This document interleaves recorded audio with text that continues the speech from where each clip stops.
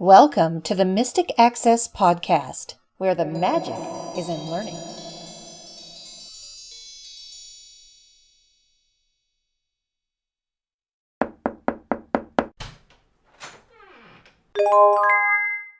Hello, everybody, and welcome to this episode of the Mystic Access Podcast. She's Kim. He's Chris. And we have a couple things to talk about. Yes, we do. And We're excited. And to demonstrate. The first thing I wanted to talk about and demonstrate, actually, is the home theater in a box system that I have. It is a Yamaha YHT-5920UBL, and it's a home theater in a box, and this means that it has a receiver, 5 speakers, and a subwoofer. And one of the neat things about this is it connects to the internet, or to your network at least, and you can control it with an iOS app. Let me see if I can demonstrate this real quick. I have my iPhone.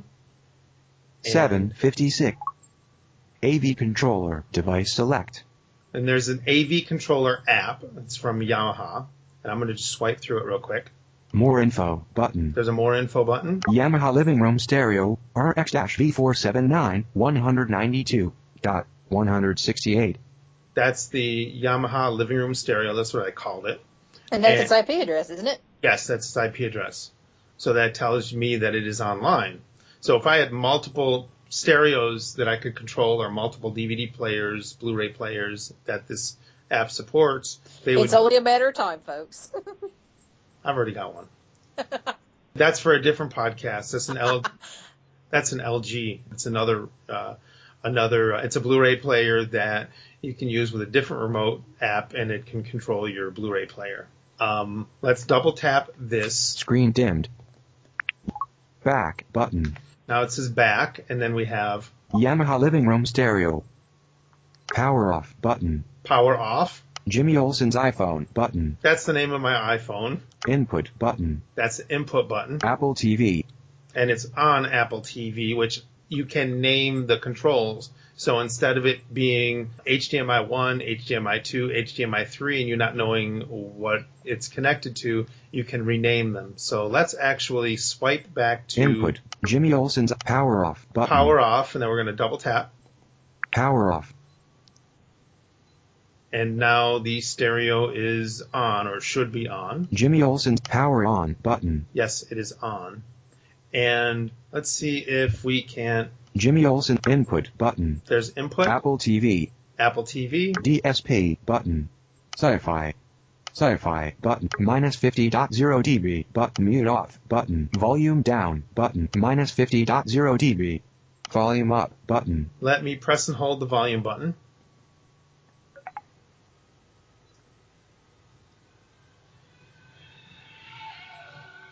And if you can hear that, that's in another room. -12.0 dB button. Sci-fi button. Mute off button. Volume down. -12. Volume up button.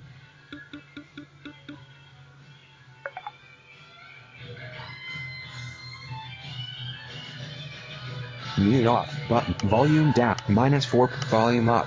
Input button. Let's say we want to change the input. So we'll double tap this input button. Input. DSP, scene, option, input.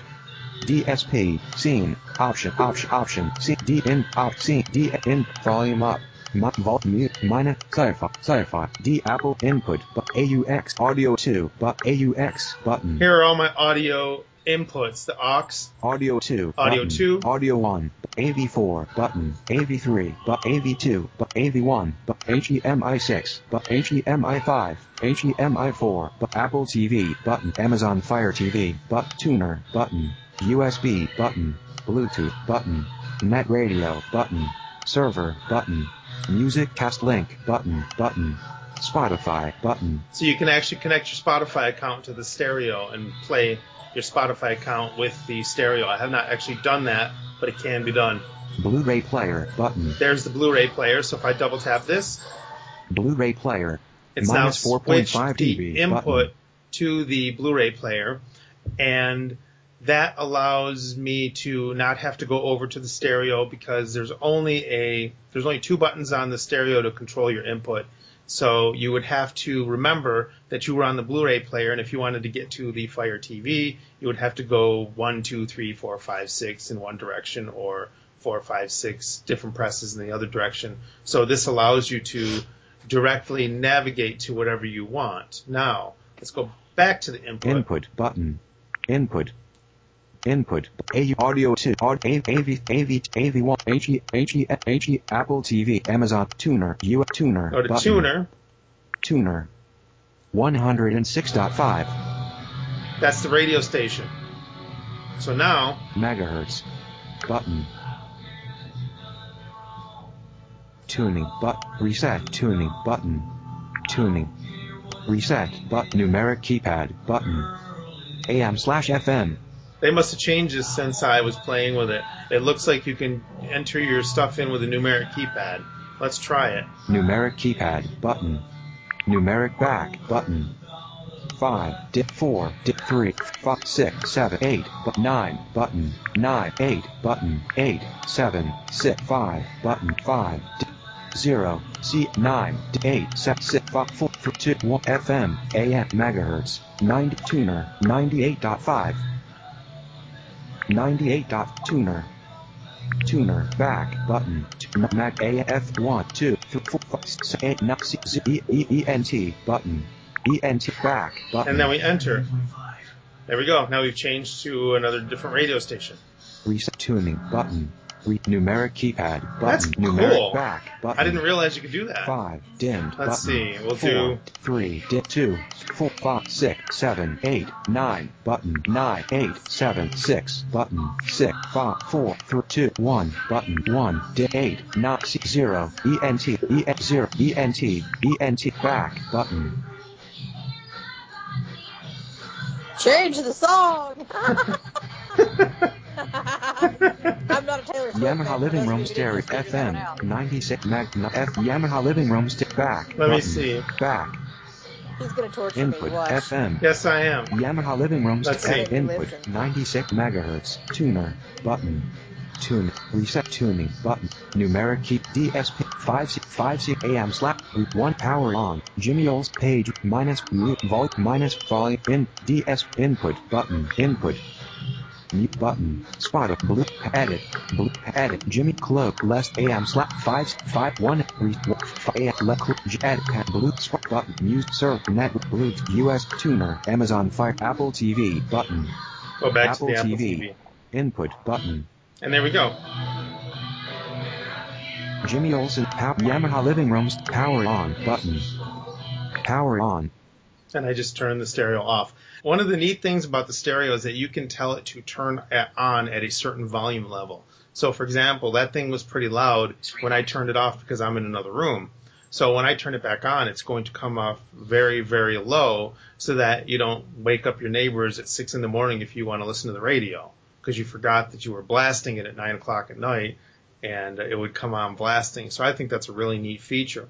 I needed sighted assistance to get that functioning properly, and also sighted assistance to get the Yamaha onto the network. But once that's done, you don't have to do anything. You can even go in and update your firmware from this iPhone app. Does it have firmware often? Have you had new firmware lately? I've only had to do it once since I got it. And you've had it for, what, October, November? What was it? Something like that. It was around Christmas time. It was, yeah, a little before Christmas, I think. Yeah, yep. That's cool. Mm-hmm. I like the fact that it's so accessible and it's got all the different controls, and the Spotify access is appealing to me because I'm a big Spotify nut, so I think that's very cool. Server, you can actually go to your server, and if you have DLNA, a network attached storage device that supports DLAN, I think it's called, you can actually browse your music collection without any special app or anything like that. You just Wow. You just browse your music collection and start playing it. Is that a common protocol? I don't think I've ever heard of it. Yes, it is. Yeah, it's a common protocol. You can also play off of USB. I don't know if you saw the USB thing. So there was a USB option. You can plug in a thumb drive to it and play your media off of that. You can do Bluetooth, so you can actually connect your iPhone to the stereo via Bluetooth, and that works quite well. Or you could probably connect your Amazon Echo to the stereo.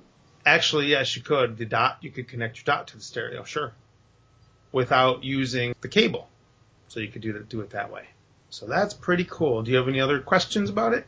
I don't think so. It seems like a neat thing, and the fact that you can do it from your iDevice. Oh, do you know if there's a Droid version of the app? Yes, there is, and it's also accessible. Yay, fun. Yeah, and you can go in and you can have one in one hand and one in the other. And which, one thing about this type of remote that is if your stereo's too loud, you might not be able to hear voiceover, so it's, so you'd have to resort to the old-fashioned remote with buttons. Yeah, that could be a little problematic. Or the buttons on the device. The device itself, or the receiver itself, is pretty darn tactile. It's got different shapes for the different buttons and stuff like that. So you know what you're pressing, once you figure it out. You know where the volume's a knob, but you know where tuning up and tuning down is, and the tuning for the different inputs and things like that. Yeah, that's nice. It's nice that you've got those various options. Number one, that the app is so accessible cross-platform, and the fact that you've got the stereo and it's tactile enough to be able to figure it out. So it sounds like if you get yourself stuck in a way, that you'll have the opportunity to get out of that pretty easily one way or another. Yes, I've done it either way. I've done it both ways. I've gotten stuck because I didn't know what input it was on, so I fired up the remote on the iPhone and was able to do it. Having said that, these names don't seem to go across to the stereo itself. They seem to be within the app. So the Fire TV or the Apple TV, those names that I gave it are only on the app. So you'd have to rename them within the app, each app. So if you have an iPad or an iPhone or what have you, they can all control the device, but you'd have to rename the inputs. That's interesting that it doesn't sync across your iOS device. It's weird. Yeah, I'm surprised it doesn't sync back to the machine itself. Mm-hmm. Because that's kind of what I thought it would do, but it didn't. Yeah, you would think. Wow, I wonder if you have to have some kind of syncing option turned on or something. That's weird. Yeah, it is kind of weird because on the display, of course, it's going to show HDMI 1 for Fire TV, HDMI 2 for blah, blah, blah.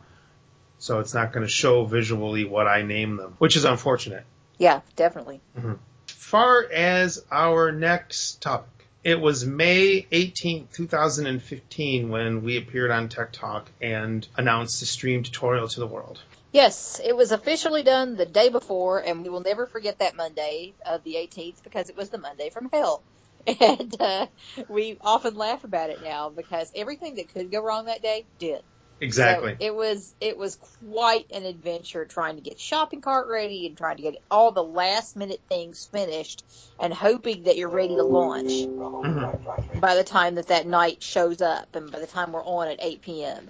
And it was just one thing and another, and we finally managed to go on, and everything went swimmingly. It was a great presentation. It was very enjoyable, and it's hard to believe it's been a year since the stream tutorial was released. So we're celebrating the stream tutorial's birthday tomorrow. And with that, if you purchase the stream tutorial tomorrow, and it's tomorrow only. Only tomorrow. The tutorial's price will drop down $20. So that's the celebration and the thank you for everybody who's made this tutorial such a success. And made MA such a success. I mean, this was essentially, in some ways, our flagship product. It wasn't the first product MA put out. It was the first product I was involved in, and really meant a lot to me, the amount of people who have purchased it and all the amazing feedback. Our reputation definitely precedes us anymore, which just is a very flattering thing. It means a lot to us. So whether or not you purchased it, if you're listening to this, we definitely appreciate your support. And this is kind of our thank you to you on the stream's anniversary to give you a little bit of a treat. So if you haven't purchased it and have considered it, tomorrow might be a good day to do it. It's May 18th. All day, and the price will be $69. Mm-hmm. And this tutorial is 8 hours and 15-ish minutes. It's a little under that. However, that brings me to the next topic of interest, which is the fact that within the next week, we hope the updates will be finished for the stream tutorial. Let's say by the end of May, the updates should be completed. The updates we've been trying to get done for you guys for months. for both the stream and the echo tutorials. So we do apologize for that. We got caught up in this Humanware project, and they simply hadn't gotten done, and it wasn't that we had forgotten about you guys or were trying to neglect you in any way whatsoever. It was just a matter of resources. I can only record so many things in one day and do so many projects in one day, work-wise or personally. And, things just happen, and we want to be able to get you the highest quality possible. I'm not going to throw something together and say, oh, this is good enough. It's never good enough. We don't do that here. So we're going to get you those updates. They are going to be available, and when they are available, we will be letting you know in the next episode after they become available, and we will also be letting the newsletter know. So if you're part of that, you'll receive an email notification. If you've already purchased it, you'll just go into your account and you can download afresh. If you do want an SD card with your updates on them, you need to talk to us. You need to call us and let us know, because we're going to have to figure that out with you. The new, fresh, updated downloads will show up in your account automatically. And, of course, if you need any help, we're a phone call or an email away. And if you've already purchased, we can get you the information you need and help you out. Which leads me to our final announcement, which is the Braille Note Touch tutorial that has taken forever to put together, it seems. We got a little carried away. Well, I got a little carried away. Well, we got a little carried away. The touch tutorial at last count was over 11 hours in length. Yeah. So it's somewhere between 11 and 12 hours. Yeah, it's not quite 12. Mm-hmm. We know that for quite sure. It's under 12, but not by too much. Yeah, probably about 11 and a half, if I would guess. Yeah, the final total hasn't been done. The final recording's done, but the total has not been done yet. The final edits were put together today, so it's done in terms of the recording and editing portion is finished. Yay! And we're gonna send out the MP3s pretty soon. The tutorial, the Daisy stuff, still really needs to be done. Our boss doesn't have the MP3s yet, so we got to give them to him first. That's important. Right, exactly. Got to get the boss final project. There's still more to do. I have to transcribe everything, but after that, Chris does the Daisy and gets these MP3s volumized and everything nice and pretty.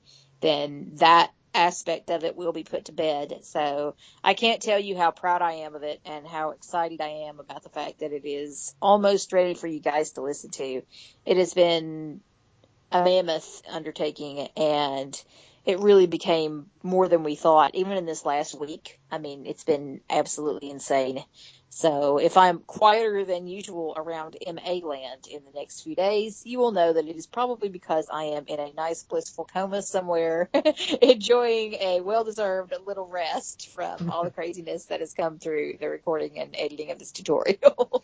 So after this podcast, after we close in a couple of minutes, we are going to drop in the introduction to the tutorial. Yeah, we want you guys to hear it. It basically just shares some tips and tricks to get you started. It's a little preface, and it also gives a very thorough, well-rounded summary of all the topics that are going to be covered. It does not, however, tell you that there are going to be a lot of amazing third-party apps that are covered in Part 3. So if you're into that, if you want to be able to download items from the Google Play Store on the very first Google certified Braille tablet, this will be your opportunity to find out what kind of goodies you can install. And I must tell you, I had a blast creating that piece. Mm-hmm.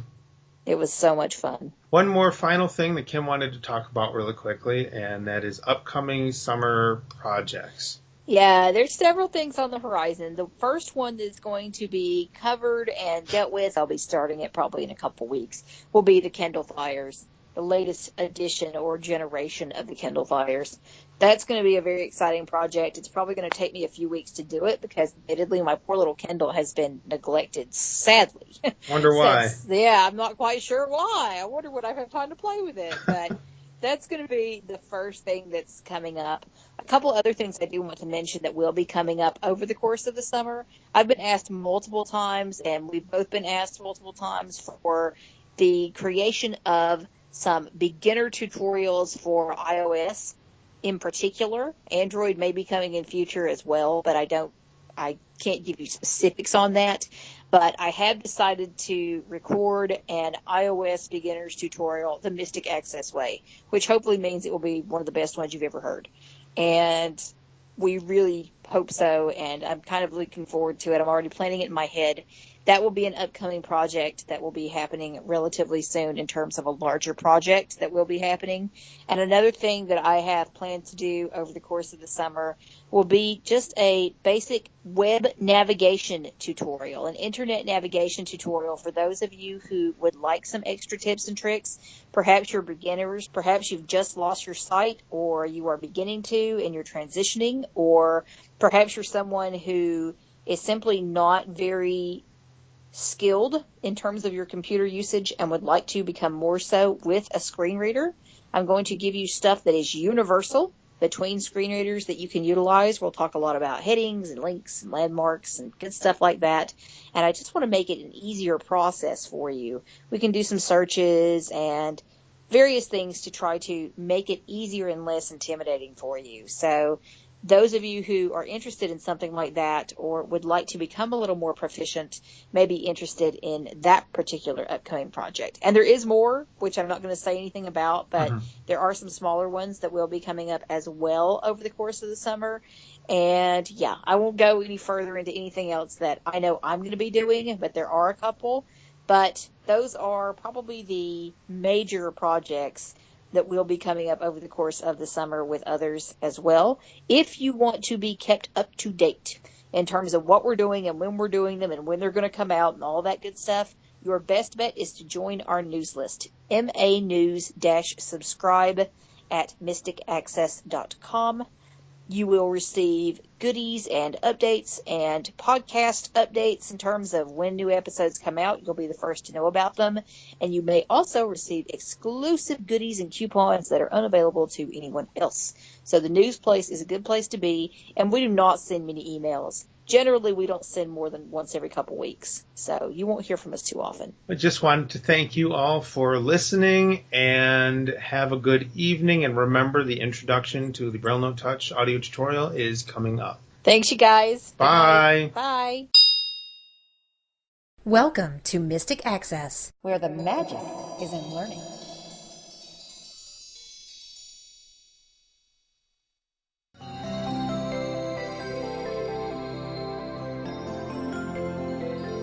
Welcome to the HumanWare Braille Note Touch audio tutorial, created by Mystic Access. Thanks for joining me.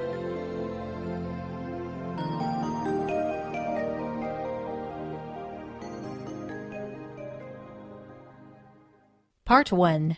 Getting to know the Braille Note Touch. Welcome, and summary of topics covered within this audio tutorial. Hello. Thank you for your interest in the HumanWare Braille Note Touch audio tutorial created by Mystic Access. My name is Kim Loftus, and I will be your guide on this adventure. The focus of this tutorial is to provide you with a thorough understanding of the major features and functions of the Braille Note Touch. This is an innovative device that allows greater productivity, efficiency, and fun for those who use it. In this tutorial, I hope to explore all of those components with you through showing you the variety of applications included in the Braille Note Touch. In this section, I'm going to take you through the summary of topics that will be covered throughout the remainder of this tutorial. Prior to that, though, I want to share a few things about the tutorial itself, and then offer up a few pieces of advice prior to us getting started. First, please note that the tutorial is in DAISY format. Therefore, any device that you have which is capable of playing DAISY books can be utilized to play this tutorial. There are 3 parts in this tutorial, and you may move between parts at level 1. The sections within these parts are navigable at level 2, and subsections can be moved through at level 3. The DAISY format allows you to navigate very easily to the specific information that is relevant to you and your situation at any given moment. If, for whatever reason, you aren't comfortable or otherwise do not wish to utilize the DAISY functionality in order to listen to the tutorial, you may listen to the MP3 files without DAISY navigation. You may listen in any MP3 capable device. Just place the folder in the location required by that device, and you will be able to listen to the MP3 files. Now, allow me to share a few pieces of advice that may be helpful for you as you proceed further into the tutorial. There's a great deal of extensive information here. In order to keep you from being too overwhelmed, here are some tips that may help you to learn the information included in this tutorial more easily. First of all, you may wish to listen to the entire tutorial once all the way through.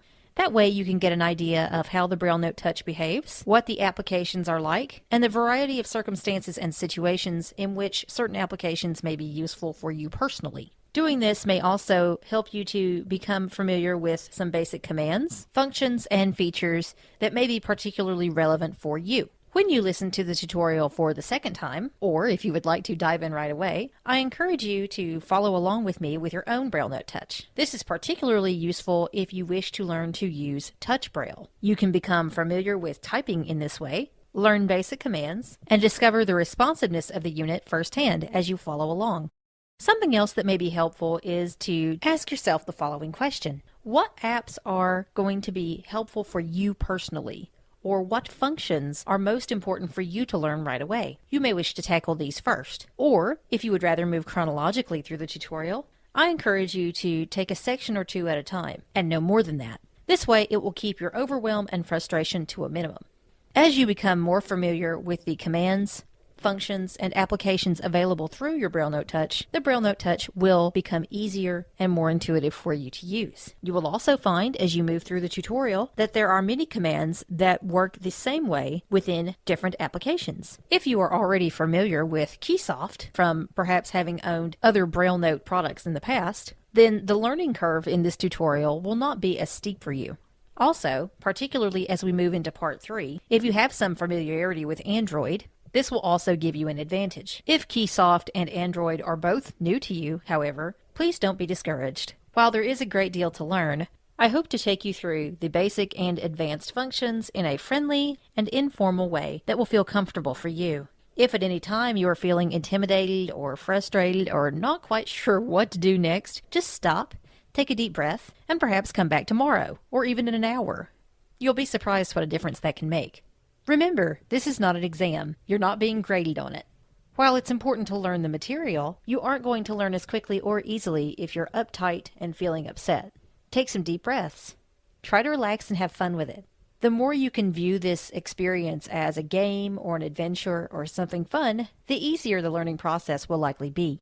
Finally, there's nothing wrong with asking for help if you need it. Feel free to reach out. There are lots of knowledgeable people who would be happy to help you. Please don't hesitate to reach out to HumanWare customer support. They are available via phone and email. The support contact information for your particular country can be found on the HumanWare website.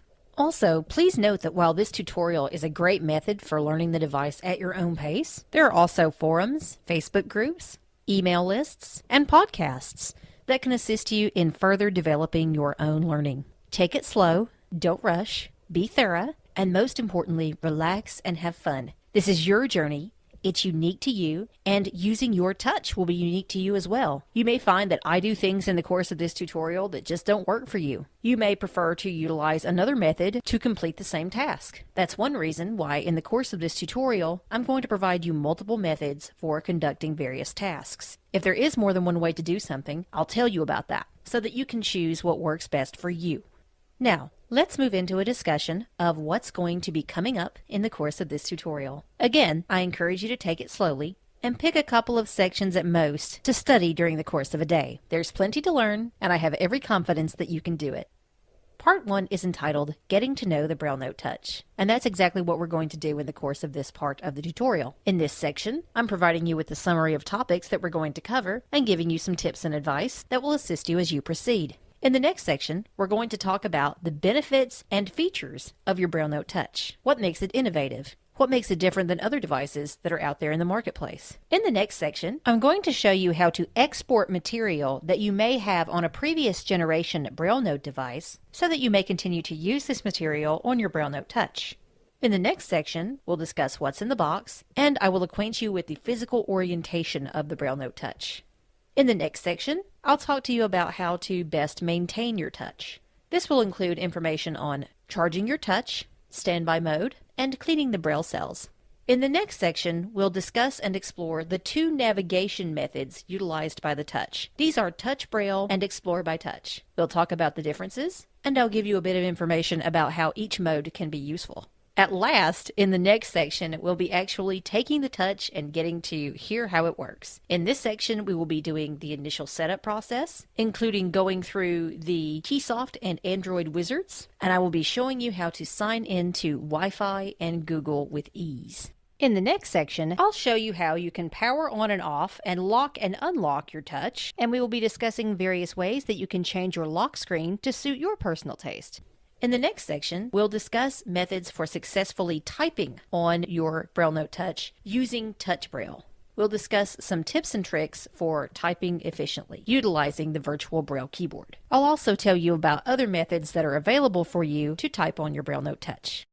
Since I know we all have our own particular desires in terms of how our devices sound, in the next section, we'll be talking about commands for manipulating your volumes, sounds, and Braille and speech output.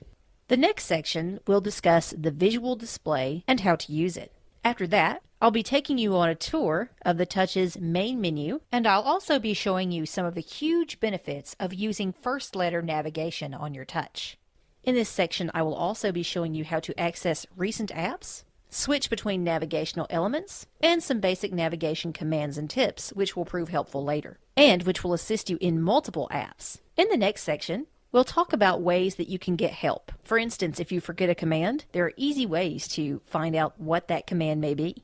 This section will also show you how to access the built-in user guide and the built-in startup tutorial. In the next section, I'll show you how to access the Touch's various settings, including Keysoft settings, Android settings, the notification shade, and quick settings. In the final section of Part 1, I'll give you some troubleshooting tips, including how to factory reset your unit if you ever need to do that.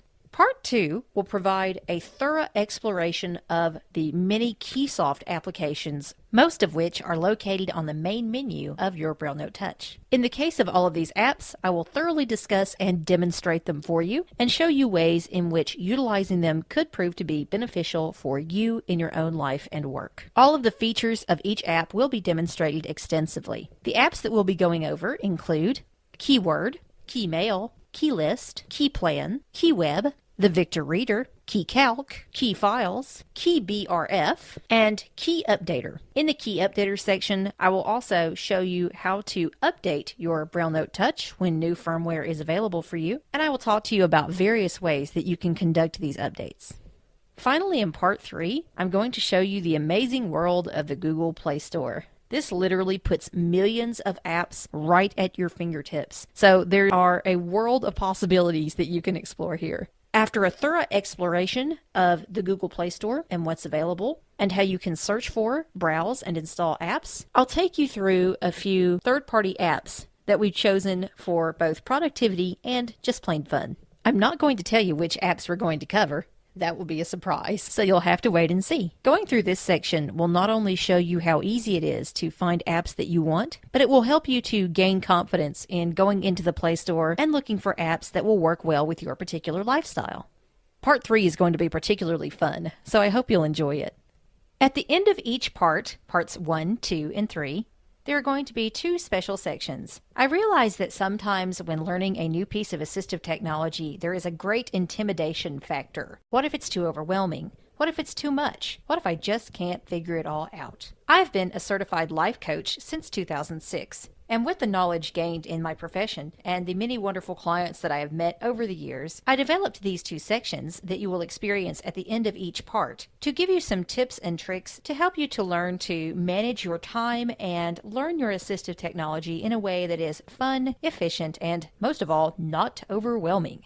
I want the process to be fun and easy for you. That's one of the goals of Mystic Access in creating any of our work. We really want you to have a pleasant experience and not feel like you're constantly teetering at the end of some cliff somewhere. We want it to be an enjoyable experience for you to learn your technology. The 2 sections at the end of each part are called the Encouragement Corner And now it's your turn. The Encouragement Corner is simply that. I give you some tips and tricks to assist you in becoming more self-empowered, confident, and focused in your learning process. And in the case of each part, these tips will be specific to the sections that we just covered. If these tips and tricks help you, then great, I encourage you to utilize them. If not, that's perfectly okay too. But they're there if you need them. The Now It's Your Turn section assists you in becoming a little bit more proactive in learning to utilize your technology. While it's great that you have resources, tutorials, forums, etc. to utilize and to gain instruction from, I found that, for me at least, the way I learn best with my technology is to essentially just jump into the sandbox and begin to play. And I think that playful attitude can be very helpful in learning to utilize your technology. So I try to make the Now It's Your Turn sections fun as well as instructive for you. I hope you'll find these 2 additional sections of information helpful in your particular learning process. So, it's time to take a deep breath. There's a lot of information to come, and I hope you'll have a lot of fun learning about your Braille Note Touch. Thanks so much for joining me for this tutorial. I look forward to sharing with you. In the next section, we're going to discuss the benefits and features of your Braille Note Touch. It can really do some exciting things, so stay tuned.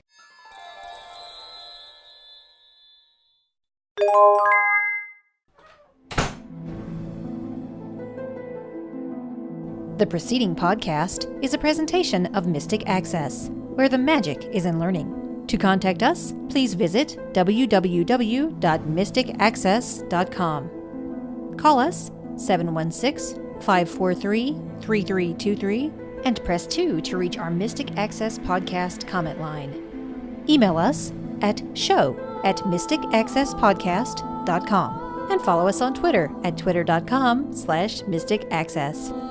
Would you like to spread the word about our podcasts? Please tell your friends and colleagues to visit us at www.mysticaccesspodcast.com. If you enjoy what you hear on our podcasts, feel free to leave us an iTunes rating and review. We certainly appreciate those. Also, you may feel free to use our podcasts in your own RSS feed.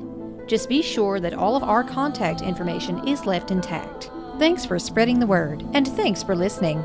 We hope that you have enjoyed this episode.